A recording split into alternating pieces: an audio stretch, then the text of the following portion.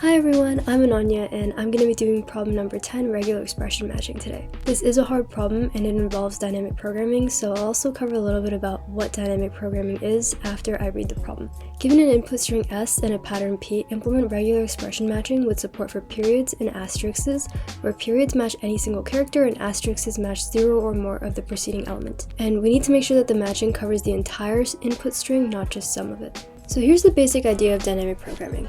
The first thing we're going to do is we're going to break the problem down into smaller sub-problems. So instead of solving the entire problem in one step, what we're going to do is we're going to solve a smaller version of the problem first. The next thing we're going to do is we're going to define a state. A state is just the fancy word for identifying exactly what sub-problem we're solving. And when it comes to dynamic programming problems, that is actually the hardest part of most of them. Once you identify the state, it's pretty much smooth sailing from there. The third step we're going to do is we're going to transition between the states. So we need to find a rule that lets us understand how to move from one state or one subproblem to the next subproblem based on problem constraints. The last thing we're going to do is we're going to define a base case, which is essentially just defining the simplest scenario explicitly. The key idea here is to realize that we can create a dynamic programming table called DP, where dpij just represents the state of the problem, telling us whether or not the first I characters of the pattern and the first j characters of the string are matching. This allows us to break down the problem into little subproblems that we can then solve iteratively. So let's start with the example pattern C star A star B period star and the string AAB. The goal here is to check if the pattern matches the string completely, and the answer is true. The reason why is because C star, A star, period star all indicate we can have 0 or more of those characters. We have 0 of C, 2 of A, and 0 of the wildcard that follows B. Now, I've already gone ahead and drawn out my DP table for this example. At the top, I've labeled the string columns as the empty string and then AAB, and then on the left, I've labeled the pattern rows as the empty pattern followed by C star, A star, B period star. Every cell in this table tells me whether the substring of the pattern up to that row matches the substring of the string up to that column. The table starts with cells all set to false, except for the top left cell, which is true because an empty pattern matches an empty string. Now, the big question I want to answer here is how can we fill in the rest of the table based on cells that I've already filled in? And there's basically 3 main rules, and the lucky part here is that 2 of these cases result in the same outcome, so let's get into it. If the pattern character is the same as the string character, or if the pattern character is a period, aka wildcard, we can inherit the result directly from the cell diagonally above left. Basically, it represents a match for one character, only if all of the previous characters have matched. If the pattern character is an asterisk, however, there's 2 different cases we have to analyze. The first is for 0 matches. So in this case, we can inherit the state 2 rows above, almost ignoring that previous character altogether. For 1 or more matches, we can inherit the state directly from the cell to the left, as long as the preceding character matches. We're almost consuming any duplicates and setting them all to true until we find a new character. If no rule applies, then the cell just remains false. So let's walk through this step by step with our example. For the first row, corresponding to the empty pattern, only the top left cell is true because an empty pattern matches an empty string. Moving to the C row, it doesn't match any part of the string AAB, so all the cells remain false. Now we hit our first asterisk. The asterisk here can match 0 occurrences of C, meaning that it inherits the state from 2 rows above. Empty string matches an empty string, so the cell underneath the empty string becomes true. For the A row, it matches the first A in the string, so we just update the corresponding cell to true, inheriting from the diagonal. The next asterisk allows us to match 0 or more A's, and so by inheriting from the row 2 above and the cell to the left, we can extend this match.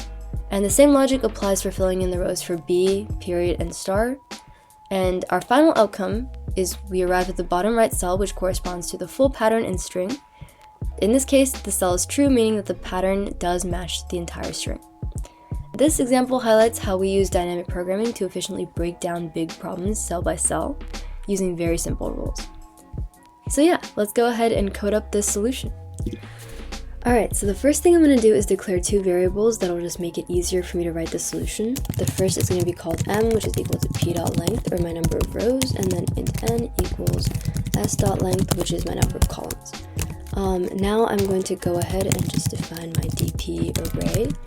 let's make it a vector of booleans. I'm going to call it dp. It's going to be a row size n plus 1, column size n plus 1, and let's preset everything to false. Alright, now let's write our base case. Base case in this case is going to be, that rhymes, true, because an empty string always matches an empty string. Now we can go ahead and fill in the table. Let's write our first for loop. Int I equals 1, I less than or equal to m, I plus plus, for int j equals 0 actually. And I'm writing 0 because there are some patterns that are equal to the empty string, so it's important we cover those too. J less than or equal to n, j plus plus. Now, case 1 and 2 we can cover in just one little if loop. This is going to cover the case where we see a wildcard or matching character.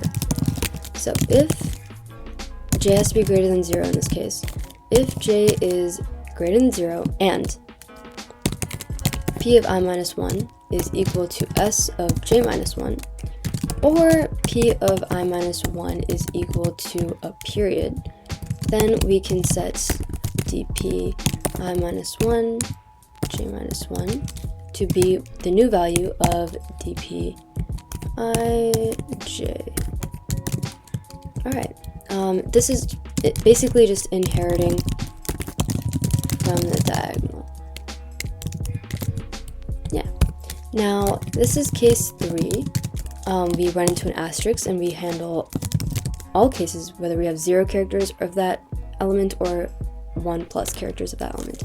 So if I is greater than 1 and p I minus 1 is equal to an asterisk, then what we run into is we can actually set a default case here where no matter what, we can just start off by assuming there's none of that element present.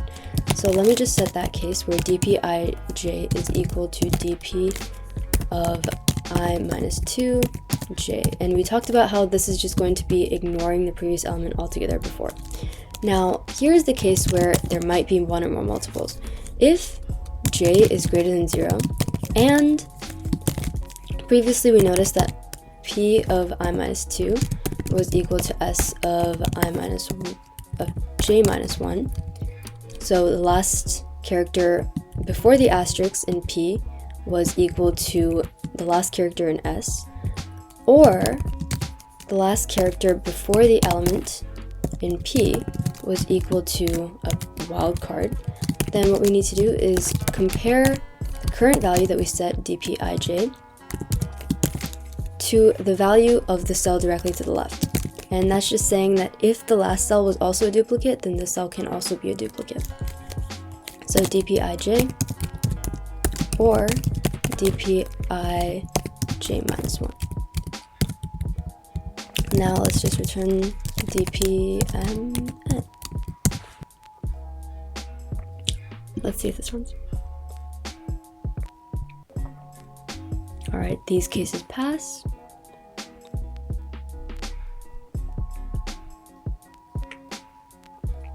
Perfect.